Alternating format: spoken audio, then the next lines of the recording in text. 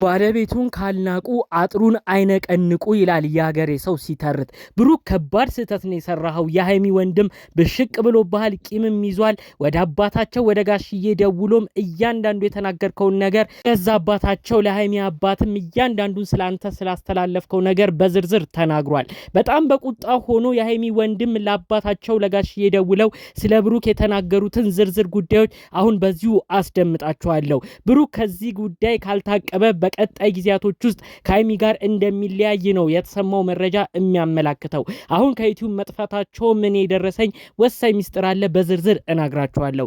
ሰላም ውድ ሀገሬ ልጆች፣ በያላችሁበት ሰላማችሁ ይብዛልኝ። ከሰሞኑ በተለያዩ አረብ ሀገራት እየኖራችሁ በጦርነቱ ሳቢያ በሚተኮሱ የተለያዩ ተኩስ በጭንቅ ውስጥ የምትገኙ ለሀገሬ በሰላም አግባኝ እያላችሁ የምትጸልዩ ቤተሰብ ወዳጆቻችሁን ልጆቻችሁን ሁሉ ለናፈቃችሁ ዛሬ ነገ ሞልቶልኝ ወደ ሀገሬ በሰላም መለሳለሁ እያላችሁ በጉጉት የምትጠብቁ የኔ ቻናል ተከታታይ የሆናችሁ ውድ ሀገሬ ልጆች በያላችሁበት ፈጣሪ አምላክ ይጠብቃችሁ። ከሚወራው ነገር ሁሉ ፈጣሪ አምላክ ጠብቋችሁ በሰላም ወደ ሀገራችሁ ምንም ነገር ሳትሆኑ አካላችሁ ሳይጎድል በሰላም ወደ ሀገራችሁ ኑልኝ። ምርቃት የሚመቸው ሰው እንደተለመደው ቪዲዮን ላይክ በማድረግ ይጀምር፣ አሜን የሚበል። እንዲሁም ደግሞ እባካችሁ ለቤት አዲስ ሆናችሁ ሰብስክራይብ ማድረጉን አትርሱ።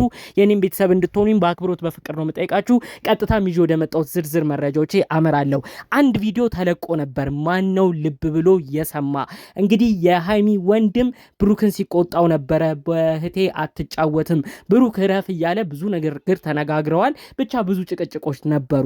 ነገር ግን በዛ ቪዲዮ ላይ አንድ የሚያስከፋ ነገር ብሩክ ሳይታሰበው ተናግሯል ማለት ነው። እንግዲህ የሃይሚ ወንድም እልህ ይዞት እኔ ለህቴ አላንስም በሃይሚም አትጮትባትም እያለው ነበር። ብሩክ ደግሞ መለስ ብሎ እኔ ሃይሚ ሁሉ ነገርሽ ነኝ፣ ጠብቅሻለሁ፣ እንከባከብሻለሁ፣ አሁን የምሰጥሽ ግን ይሄኛው እድል ተጠቀሚበት፣ ከዚህ በኋላ የሚንከባከብሽም የሚጠብቅሽም የለም አለ ብሩክ። ከዛ መልሶ ወንድምየው ቀበል ብሎ እኔ ወንድሟ አለሁላት አታስፈራራት ሲል መልሶ ምን አለ ብሩክ ሳይታሰበው ካፉ አምልጦት ነው። በእርግጥ ከሱ ጋር የምትወልጂ ከሆነ ከሱ ጋር አብረሽ የምትኖሪ ከሆነ እናያለን ብሎ ተናገረ።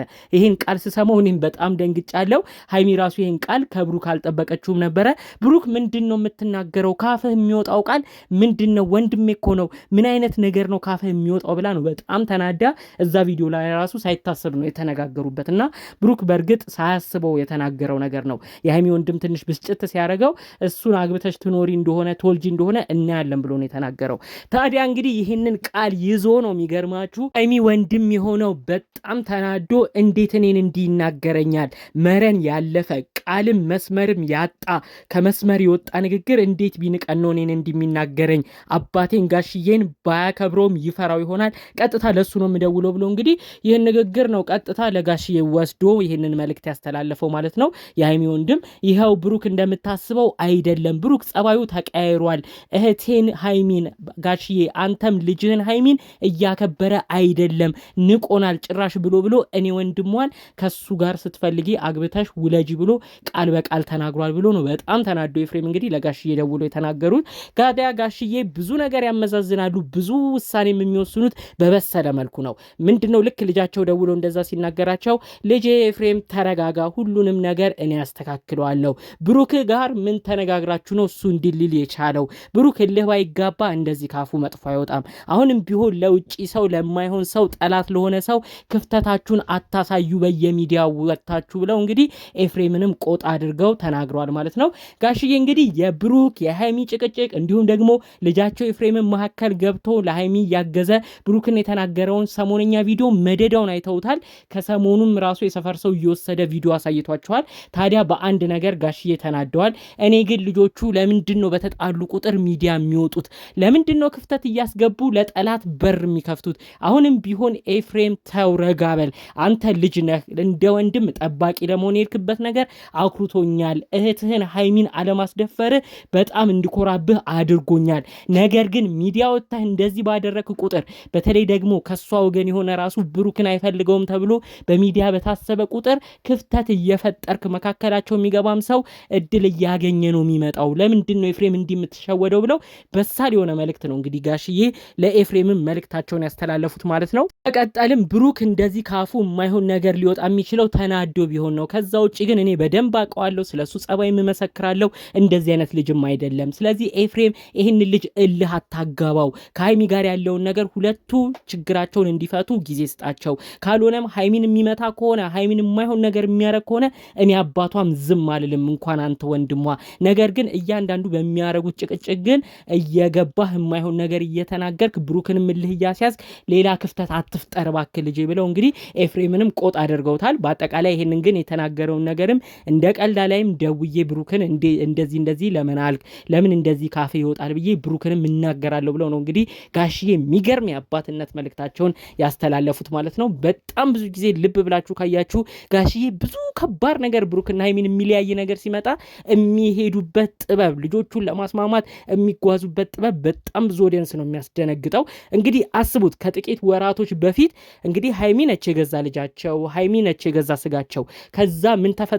ብሩክ ሌላ ሴት አስረግዟል ተብሎ ተወራ።